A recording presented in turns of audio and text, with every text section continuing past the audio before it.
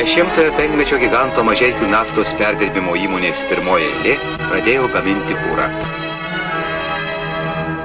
Gamyklos direktorius Aleksandras Maslovas supažindino svečius su įmonė. Mažeikių milžino statybininkus, montuotojus, projektuotojus įvykdžiusius 10-ojo penkmečio svarbę užduotį pasveikino TSKP CK generalinis sekretorius, šalies aukščiausiosios tarybos prezidiumo pirmininkas Leonidas Brežnevas.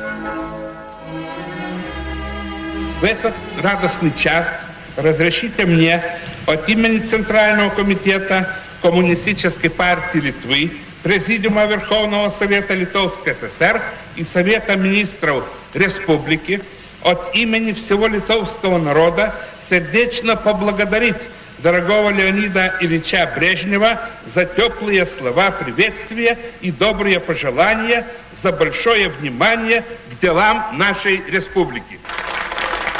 Mitingo dalyviai priėmė sveikinimo laišką draugui Leonidui Brežnevui.